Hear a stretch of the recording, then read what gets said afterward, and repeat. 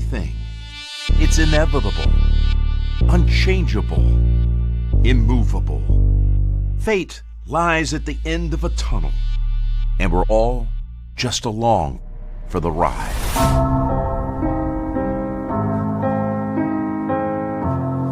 Unless it's not set in stone.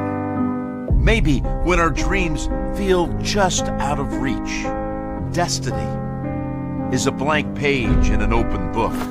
Everything happens for a reason. You can't really control it. I'm a guy that just wants to run through somebody's face. A story being constantly rewritten, where anything is possible. I was 199. What do you do when you get there? Say whatever you want, but look at these diamonds on these fingers. Fate can turn on a dime. The doorstep of NFL history. It can slip right through your fingers. The ball was dropped, hit him in the head. It bounces unpredictably between heartache and triumph. But the thing about fate is, Here we go, Jim. it's always up for grabs.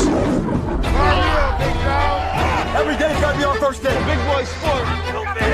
Brandon, come on. Second zone from the first snap. Shot away. It's off against the world. Do it for our brother. We beat that. Before long, we're going to be the last one standing.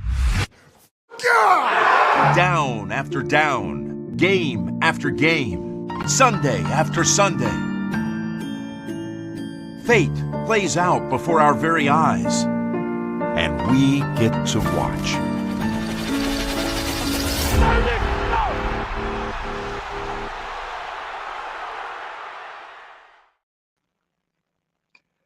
What is up, Titans Nation? Welcome in to the 6 and 5. I am your host, Lee Hillis, and welcome in to the SeatGeek Studios. First off, we have to give a quick shout out to our partners over at SeatGeek. The NFL is back, so if you're going to an NFL game, not specifically a Titans game, you can use our code 615podcast. That is 615 PODCAST at checkout for $20 off your first order of $50 or more on SeatGeek.com or on the SeatGeek app. And Titans fans, week 1 is here, and we do have a very special guest joining us from Titans in Truth. We have Chris, aka The Truth. Chris, how are you doing, sir? I'm good. I am good. I am ready to rock and roll. It is football time in the city. And as they say up on Rocky Top, it is football time in Tennessee.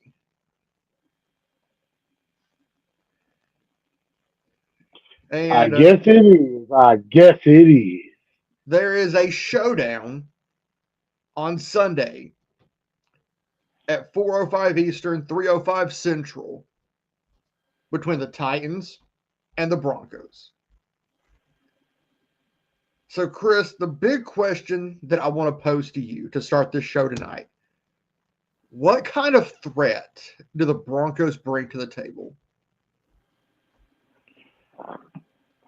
Well, I think the threat that the Broncos do bring to the table is, well, number one, they have a very stout defense. I think that's what a lot of people have really touted them on. There's a lot of hype surrounding this Denver Broncos team right now. A lot of people think that the Broncos, they could be a threat. They could win the AFC West. I mean, they finished 10-7, made the playoffs last year, even though they got trounced by Buffalo. But this is a team, much like I would say the Washington Commanders, that kind of came out of nowhere. But I think Washington definitely did more of that because, I mean, Denver did have Sean Payton. But this team, I don't think anybody expected Bo Nix to play as well as he did. And, I mean, he is definitely showing that he might be a good quarterback. We're going to see if he hits a sophomore slump this year or not. But that defense definitely brings a threat to the AFC and particularly to the AFC West. So I think that's definitely their biggest threat is that defense. You got the defensive player of the year in Pat Surtain. You still got Zach Allen, who is very, very good. You got guys Nick Bonino, one of the pass rushers who just got a big, huge extension, a big $100 million extension a few hours ago. John Franklin Myers from the Jets. So they got that defense is legit to go along with what Bo Nix brings, along with Cortland Sutton, who is still one of the probably more underrated receivers in the NFL. So Denver could be a problem. So we do have a question for you. Are you doing a watch party Sunday? I would say to be determined right now. Trying to work out some stuff with my equipment. I guarantee to all of you, I will. If I don't do a live stream, I will definitely be doing a pregame, halftime, and a postgame. So you will get some action from me on Sunday. But I would definitely say if I can get my equipment together, I've been kind of under the weather the last few days. But if I get my equipment together, then yes. If not, I will definitely because it'd be kind of difficult to do a live stream on my telephone or my cell phone. But I will definitely be doing a pregame, halftime, and a postgame. Absolutely. And you mentioned some of the names on their starting lineup. Denver is not a fluke of a team. They're a team that is, in my opinion, absolutely loaded. At wide receiver, they have Cortland Sutton, who has been in the league a little while now, drafted 2018. Tight end Evan Ingram, who's also a menace. Absolutely. And then Nick Bonito, who you just mentioned, who got that huge, I think it was 4 years, $100 million extension. Yeah. John Franklin Myers, who was a menace when we played them the year they beat us. I remember. Zach Allen, former Arizona Cardinal, who will most likely line up on Peter Skoronski, Pat Surtain. They're at Dre Greenlaw, Alex Singleton. That linebacking core, inside and outside, is absolutely loaded.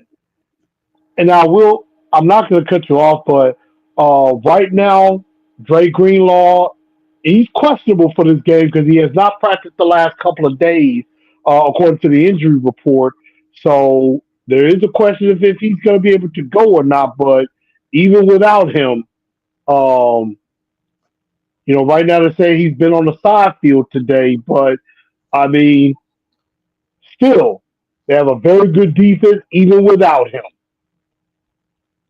And that secondary, Lord have mercy on the Titans wide receivers.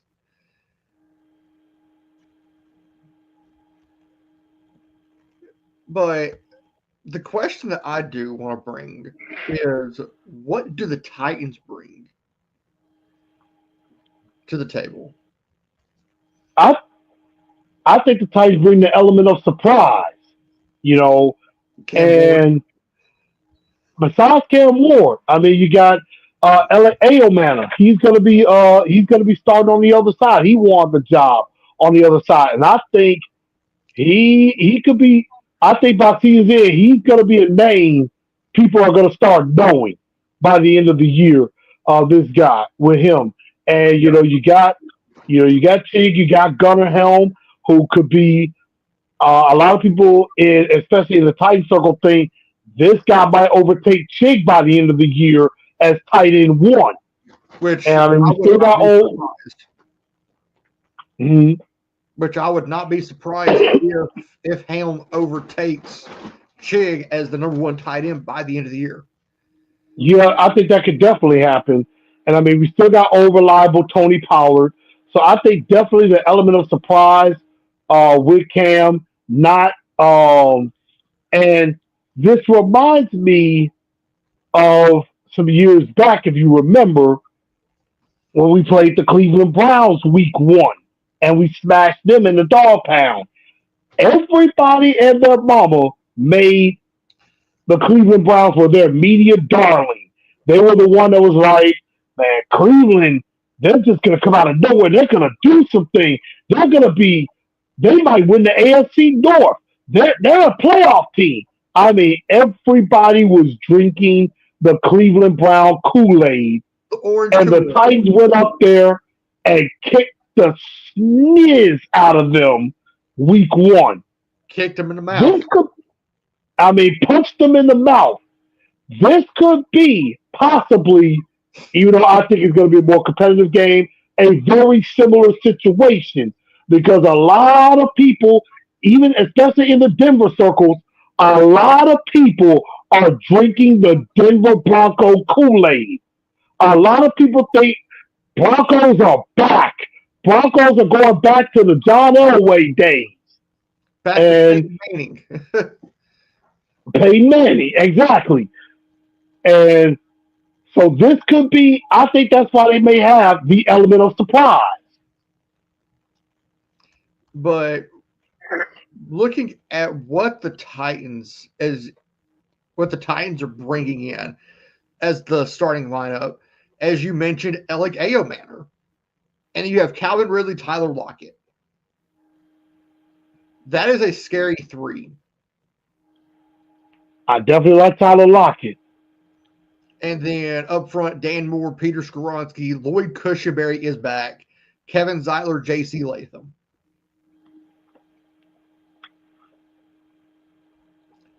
And then, as of right now, you're starting tight end, number 85, Chia Okonkwo, Cam Ward, and Tony Pollard. But this defensive front has to be tenacious. Sebastian Joseph Day, Devondre Sweat, Jeff Simmons. Yeah, But I like it. There was a number change this week. Left inside linebacker Cedric Gray, who was wearing 51, is now going back to his college number of 33. Good with that. And then you have Cody Barton. It's good to see L'Jarius Sneed back. Amani Hooker, Xavier Woods, Jarvis Brownlee, and Roger McCreary. So, and of course, this right here is a homecoming for Cody Barton, the former And Lloyd Cushenberry. and Gunnar Helm. He was raised in Denver, or just outside Denver. Okay. I was about to wonder about that. I was like, Cushenberry and Barton, I get. Gonna help, but I'm like, you just explained it.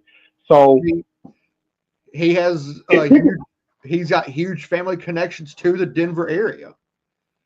yeah. And so and speaking with that, I think honestly, if L'Jarius Sneed can stay healthy most of the season, and Brownlee, who has gotten much, much better as the year went on last year, if he could just, as aggressive as he is, and I like the aggressiveness, if they could just cut out the penalties, this defense, I think, could be middle of the line pretty decent. I mean, because if you really go back to last year, and I was listening to some stuff yesterday. The thing about this Titan defense, they'll say, they were top 5, they were top 10 in a lot of areas, yards against the run, but they were almost close to last in points given up. A lot of that really wasn't on the defense. It really wasn't their fault. Because a lot of times the offense, Will Levis in particular, the mistake that was waiting to happen, Who's on basically gave that other team points. the fumble against the Jets, the interception Fumble against the Jets, pick 6 against the Bears. doing nothing against the Lions, and some of that was also special teams as well. A lot of times the defense was put in a lot of bad spots. Oh yeah, but I feel like this year, hopefully this year's a whole lot better in allowing our defense to breathe Agreed. and allowing our defense to rest during the game instead of them having to carry this team. Because I think Jeff Simmons said it best last year. He was getting fed up with the offense not doing their part. I agree. And the defense having to carry this team. But in honor of one of the funniest memes ever, we're talking playoffs.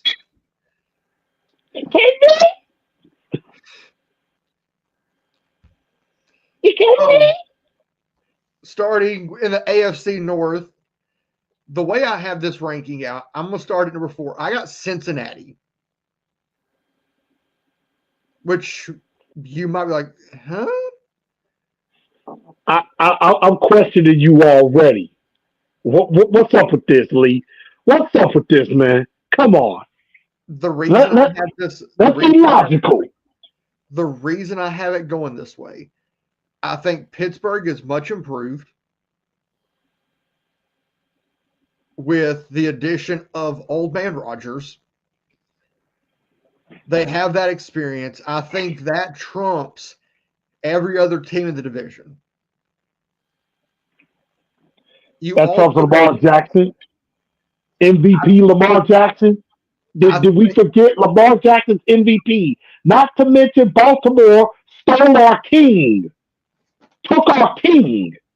And they were adding, we got to remember also, there's that Smoking Joe down there in Cincinnati, Smoking Joe Burrow, who has both of his weapons back in Jamar Chase and T. Higgins also. Pittsburgh, I'll give you this. Pittsburgh, Mike Tomlin is a guy, don't too many times you want to coach, you want to bet against. The dude hasn't had a losing record yet. So I do give some credence to that. But when I look at these rankings, it is completely out of whack. I would switch that up. Right now, Baltimore won. There's a little thing between Baltimore and Pittsburgh and Cincinnati for 2 and 3. Cleveland has Joe Flacco as the starting quarterback. Joe Flacco, who did do a number on the Titans with the Colts last year, which was shocking to no one. But that's how I see it. Give me Baltimore until there's a reason not to. But I still think Cincinnati can sneak up on them and take it too. But Pittsburgh, yes, I agree. They are in a much better spot with Aaron Rodgers, but we'll see if he can last more than 4 games. But also, their offensive coordinator is a man the Titans fans know all too well. Arthur Smith. That is valid. But does he work well with Aaron Rodgers? Because you know how Aaron Rodgers is. And from what I've seen, this is actually a very good marriage between Aaron Rodgers and Arthur Smith. Because there is an understanding between both of them. And then you also have one of Arthur Smith's favorite players on that roster in Jonnu Smith. I give a golf clap to that one. But that does give some credence. And we're going to the opposite side, the NFC North. The nice division. This is going to be the tightest division, I feel like, outside of the AFC. The NFC North. I think Minnesota's in the basic because you do not know what you have in J.J. McCarthy. Yeah, you still have Justin Jefferson. You still have Jordan Addison, but you do not know what you have with J.J. McCarthy. Agreed. I think Caleb Williams and the Bears with head coach Ben Johnson slide right there at third. Yeah, they have Roma Dunze, Ja'Day Walker, but they're the third best team in that division. You could have a 1A, 1B right here at the 1-2. I think the Packers are the best team due to that defense because they just became more lethal with that trade for Micah Parsons. Now that I agree. I think this one, you've hit the nail on the head. This one, it really is a toss-up between Green Bay and Detroit. I agree. Green Bay getting Micah Parsons definitely makes their defense much more lethal. They did give up Kenny Clark, their big Pro Bowl defensive tackle, but Micah Parsons is way better than Kenny Clark. And I think we can both agree on that. They also gave him a 4-year, it was like $100+ million extension. Highest paid non-quarterback in the league. But we go to the AFC South. We both agree on this. Houston's the best team as of right now in this division. At the moment. With Tennessee in second. This one I'm not going to disagree with. I think Jacksonville, they do have the parts. They do have the pieces. But how does Trevor Lawrence mesh with new head coach Liam Cohen? Yep. And then you have the Colts in the basement. Because you're starting Danny Dimes. Danny Dimes, in my opinion, is not any better than AR5. Oh, I agree totally. I agree 100%. To me, whenever I heard that Daniel Jones was given the starting correct job, I'm sitting here thinking, what are they thinking? What is Chris Ballard and Shane Steichen thinking? That is a complete lateral move. I praised the football gods for that one because either way, we're in good position. Indianapolis, even though I have us splitting with them because for some reason we always seem to have trouble with Indianapolis. For some reason. However, Daniel Jones does not make them any better than with Anthony Richardson. I do agree with that. Jacksonville is going to be interesting to see where Travis Hunter is. Looks like he's going to be playing some both ways. That's going to be very interesting. Like you said with Trevor Lawrence, how does he mesh with Liam Cohen? If they mesh well, then it could be good. But if they don't, Liam Cohen could be gone after 1 year. So they better mesh well because this is big for Trevor Lawrence. Can he get back to being at least in the middle tier of quarterbacks? And then I think we're going to be better than a lot of people think. And, Houston, even though they got C.J. Stroud and they have some very good players on their side, they got some very good players on their side. And, they still got Danielle Hunter. They still got, they still got a plethora of great defensive players. You got Stingley. You got with Sheldon Rankins, Will Allen, Will Anderson, C.J. Gardner-Johnson's now with them, and stuff like that. I mean, Houston could still be a real problem. Now they've added Christian Kirk, and they got the Iowa Cyclone combination with Noel and Higgins. Sheesh. And so Houston could be definitely a problem. But I'm not going to, and I've forgotten, they added Nick Chubb, who could probably make one of the most miraculous comebacks because he had a horrific injury. In Cleveland, yeah. Houston is still the top, but they are also beatable. Oh, most definitely they are. But opposite of the AFC South, you have the NFC South. I think Carolina's be better than what people think. This one is right. And I think New Orleans, the reason I have the basement, new head coach, new system. Mm-hmm. You basically have a completely new everything there in New Orleans outside of the ownership and outside of GM. New quarterback too. So there's going to be a growing pain right there in New Orleans. I agree.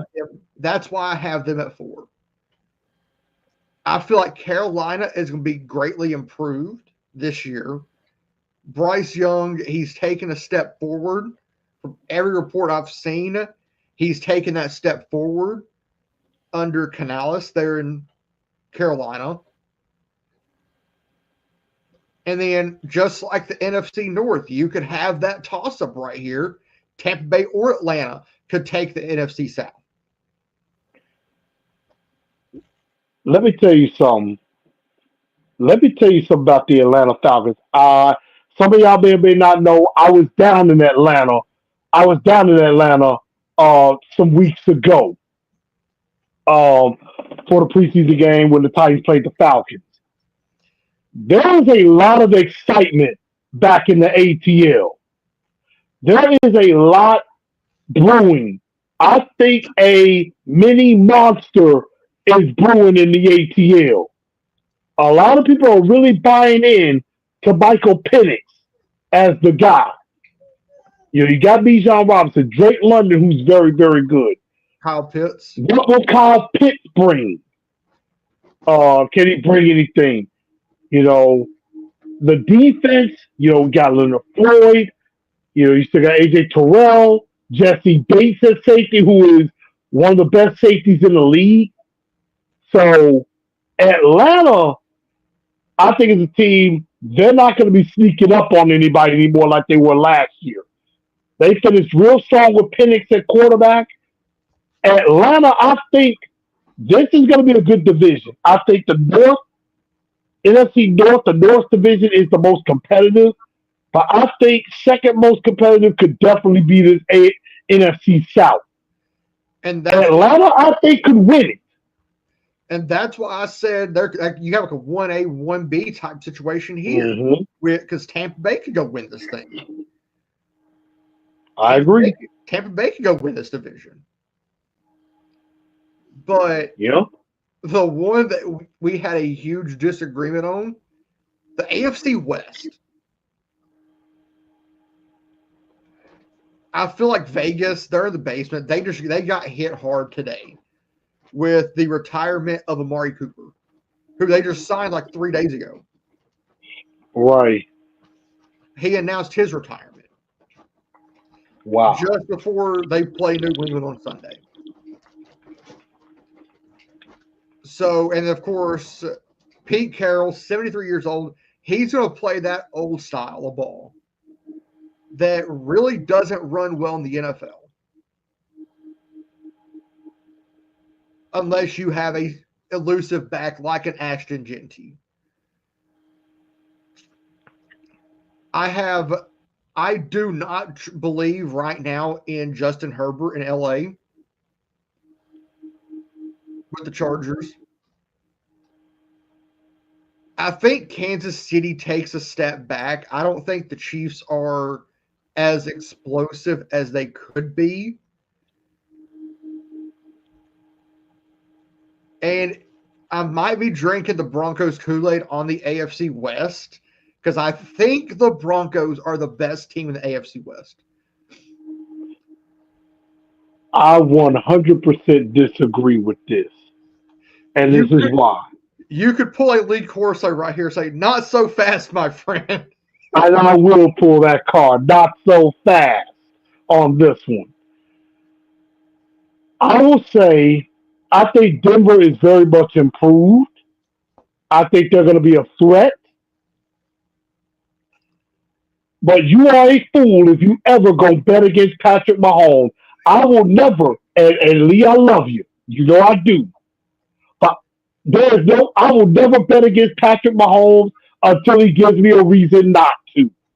Now, yes, we know this whole Travis Kelce, Taylor Swift drama BS and all this crap that national news media is shoving down our throats is going to be there all year. And it could be a very big distraction.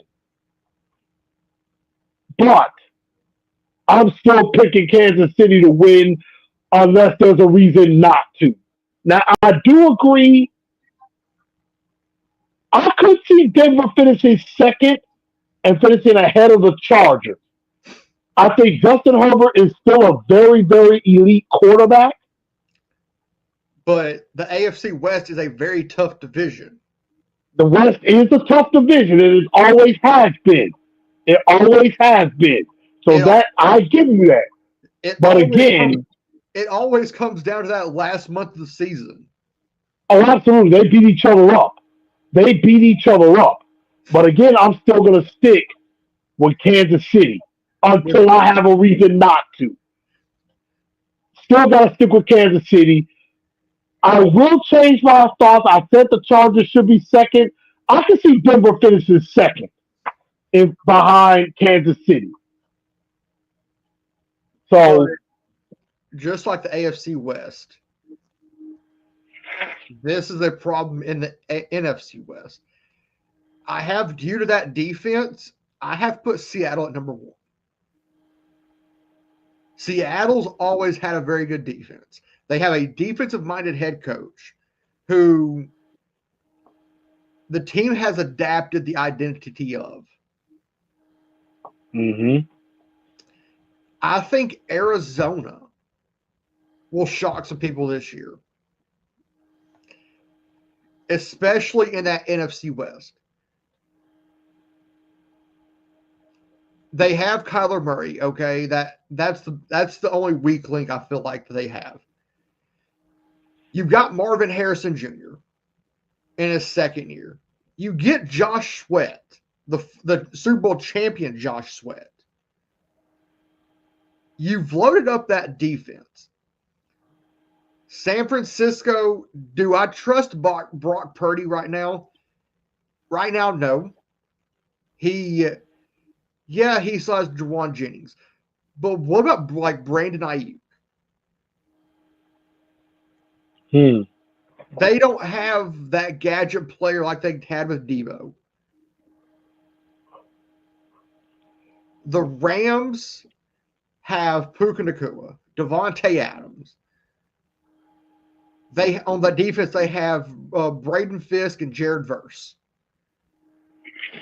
Jared Verse was a wrecking was a player who was wrecking last year. He won Defensive Rookie of the Year, I believe, if I'm not mistaken. I think he did.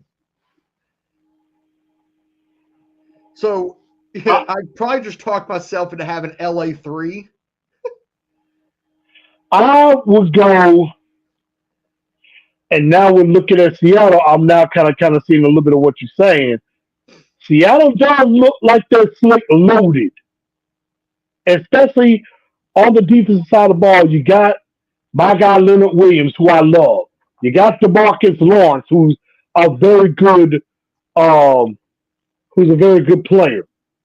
Ernest Jones, who I think the Titans made a big mistake trading him last year.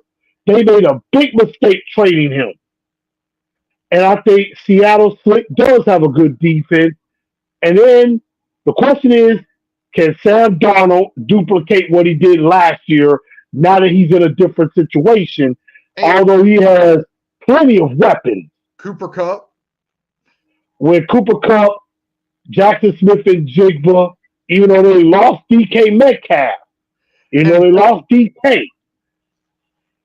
And that's one of the other reasons I have Pittsburgh at number 1 in that division. You add DK into that receiving core. I've forgotten about that. That's true. I've forgotten about that. But Seattle could be still good. I agree. This one, I might say I think you're correct on this one, but I think the Rams slide up to 2. Arizona is an unknown, although Marvin Harrison Jr., I think that guy's going to be good. But Kyler Murray is still a question. And the Rams still got Matt Stafford and Sean McVay. So basically, do not sleep on Matt Stafford or Sean McVay. I would not, at least not yet. And here's the one where you would probably want to come through the screen and slap me for it. I've got New England winning the AFC West.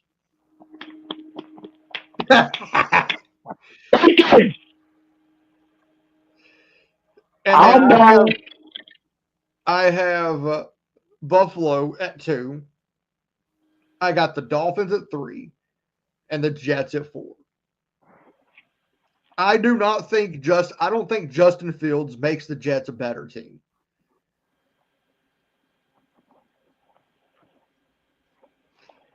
Counting, they do have a new head coach in Aaron Glenn. Right.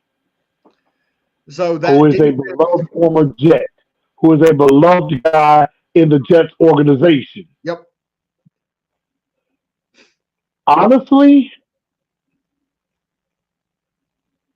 I think this season some pressure is on McDaniel down in Miami. I think some pressure is getting put on McDaniel in Miami because Tua, I just don't think is the guy. And you're wasting away Tyreek Hill and Jalen Waddle, who are both speed demons. And I'm going to make a bold take on this division right here. Outside of New England, in my opinion, New England winning the division. I think both Jalen Waddle and Tyreek Hill get traded before the deadline. I would love to get my hands on one of them. If Miami has like 2 or 3 wins. Yeah. I think I can see that. I think Tyreek Hill and Jalen Waddle both get traded at the deadline. As a Titans fan, I would love to get my hands on one of them. I would love to get my hands on Jalen Waddle, the younger of exactly. The two. I would too.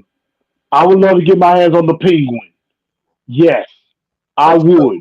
He's the younger, speedier guy, and wouldn't cost as much. So, where do you rank this division? There's no way There's no way on God's green earth you're picking New England over Buffalo. You shouldn't. Ray Bum, and that's what I call him. Yeah, I still have my hard feelings of the way he dragged his team through the gutter at the end. Buffalo's still the class of this division until seen otherwise. I think Josh Allen, now I think there'll be some competition. We know one thing about Ray Bum is that he's going to have the guys ready. There's a little bit of hope out there with Drake May out there in New England. They've definitely got the pick. They picked up Stephon Diggs. I know that. So New England, I think, will be much improved, but they're not ready to win the division yet. I think Buffalo still wins the division. I think Justin Fields could be a little bit better than people think because he's finally getting a true opportunity. Although I know he dealt with a little bit of an injury, I think, if I'm not mistaken. So, I mean, I could see New England finishing second. I can see the Jets up there too. But Miami is the wild card in all of this. Yeah. How do they come out? How do they play? Do they play for Mike McDaniel, or could this be heading towards the end of the road? And they may have to blow this thing up. That's going to be the question. But I got Buffalo winning. So, opposite of this, NFC West. I think Washington shocks people and wins the NFC East. Didn't they win the NFC East last year? Philly did. Okay, Philly won it. Okay, never mind. So Washington, I'm not totally against this one. and then And I'm Philly, actually going to go out on a limb and agree. I think Washington can. The question is going to be Jaden Daniels. now that the jury is out on Jaden Daniels now. Now Washington just got Debo Samuel and Laramie Tunsil. Washington has some extra weapons. They And reach out Austin to the Eckler. corn. And Austin Eckler. You know? So now we're going to find out Is the Jaden word Daniels, on Jaden Daniels because now the jury's out. The jury's out on him now. and the question the statement I made to you was, does Jaden Daniels extend what he did last year? Or does he hit that sophomore slump? And we know there are some quarterbacks that do hit that sophomore slump. They have a great first year. Will Levis. And in that second year, teams have figured them out a little bit, and they're coming back down to earth. We're kind of slowly starting to see that with C.J. Stroud. Yeah. C.J. Stroud hit the world by storm. Now he's slowly kind of coming back down to earth. I think So people starting to figure him out. there's one head coach, maybe two in this division, that are on the hot seat. And it's Brian Daboll with the Giants. Agreed. And don't be shocked if Schottenheimer in Dallas is either by the end of the year. Well, we know Jerry Jones is a very impatient man. So that's why I'm saying Schottenheimer in Dallas. And Dallas could be in trouble tonight because they start off with Philadelphia, the defending. Without Micah Parsons. Without Micah Parsons. And they're playing right now. And what's that score as it had? That is what I'm trying to find out. I'm actually pull that up because that's exactly why I just get away. Oh, wow. Probably not fun. It's a tie game right now. Jalen Carter ejected before the first play. Wow. Eagles leader the tackle, Jalen Carter, appears to spit at Dak Prescott. Oh, boy. Coming out of the huddle. Not good. So, Philadelphia Eagles. It's a tie game right now, 7-all. With 5:55 left in the first quarter. So, yeah, 7-all. That could be a shocking game to keep an eye on. But And here's the thing. Dallas was an 8-point dog. It's an 8-point dog. Over, under, I believe it's 48.5. I'm taking the over on 48.5. And I have the Cowboys covering at least. I'm not saying they're going to win, but I do think they cover. I would say 35-28. Which I would say I would win that bet. That would be a nice bet to win. So, week one's here. Titans head to Mile High. The question is, who wins this game? I've got two different projections. I got one. I've got the biased one and the unbiased. I got one. And it's just going to be my moment of truth. And I got to stick with where I've been at. 23-17 Broncos. I think the Broncos get it, but I do think this is a way more competitive game than people are giving credit for. And obviously, a lot of pushing and shoving going on. We know Dallas and Philly do not like each other, and they are showing it. But I'm going Denver 23, Titans 17. So, as I said, I have a biased one and an unbiased. The biased one, I'm taking Tennessee 28-24,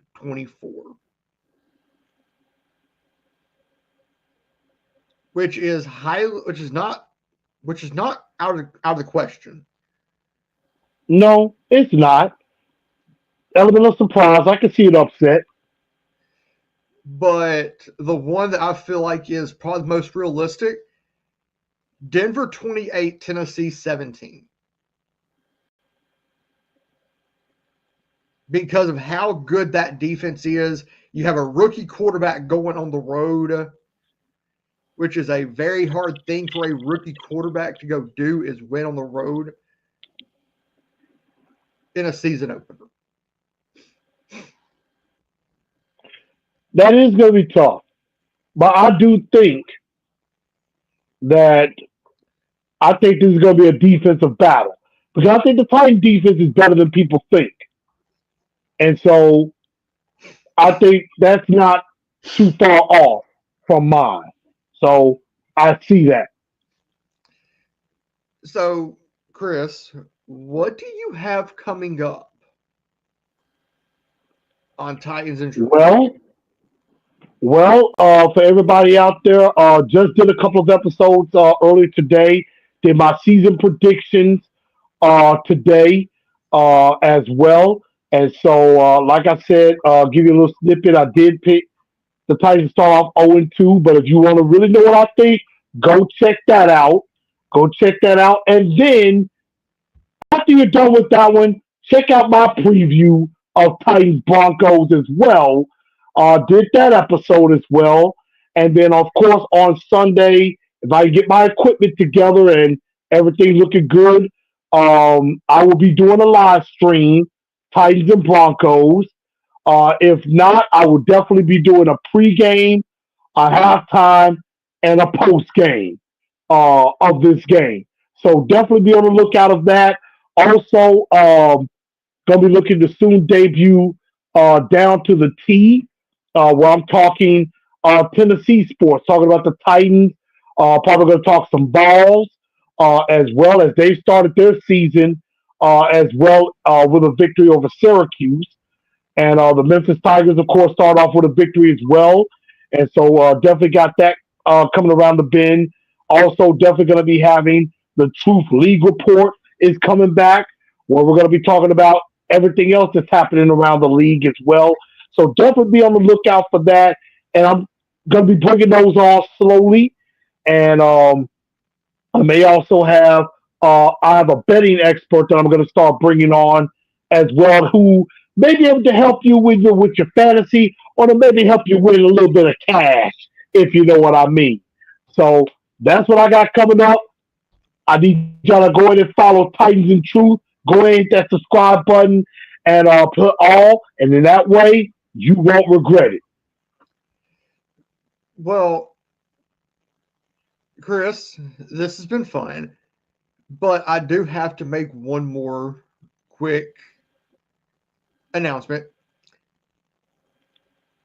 So, and I've promoted this last few shows. Tonight at about 10:15, you can go over to the Aggie Audible here on YouTube. And tonight we are talking Aggies versus Aggies. Utah State traveling to Kyle Field. We know you're a big Texas A&M guy. And not this weekend, but the second weekend of September, I will be up in South Bend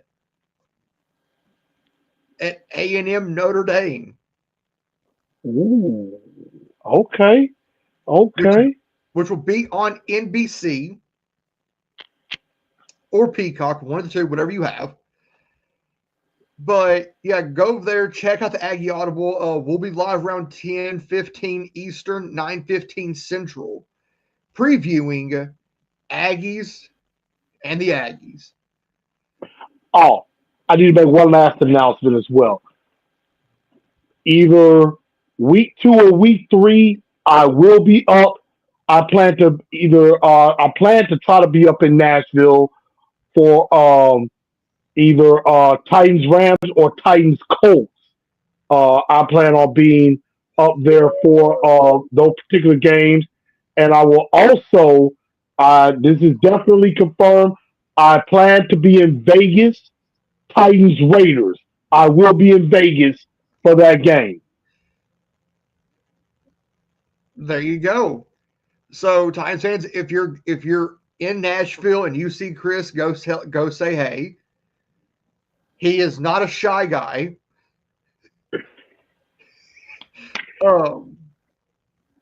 Nope. I've met Chris one time, and I'm like, dude, he's one of the nicest guys ever.